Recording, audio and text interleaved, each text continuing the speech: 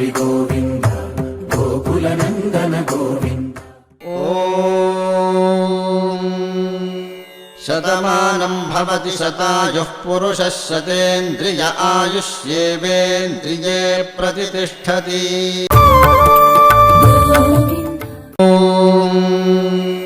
शतमानं भवति शतायुः पुरुषः शतेन्द्रिय आयुष्येवेन्द्रिये प्रतिष्ठति।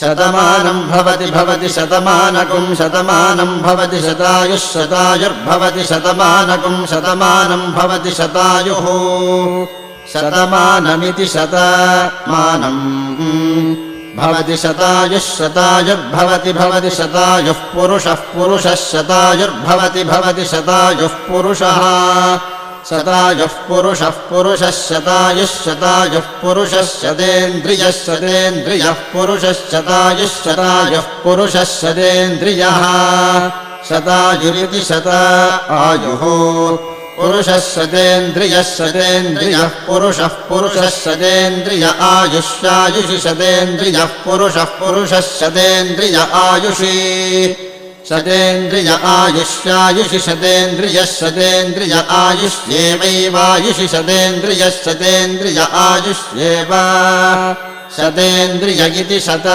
इन्द्रियः आयुष्येवैवायुष्यायुष्येवेन्द्रिय इन्द्रिय एवायुष्यायुष्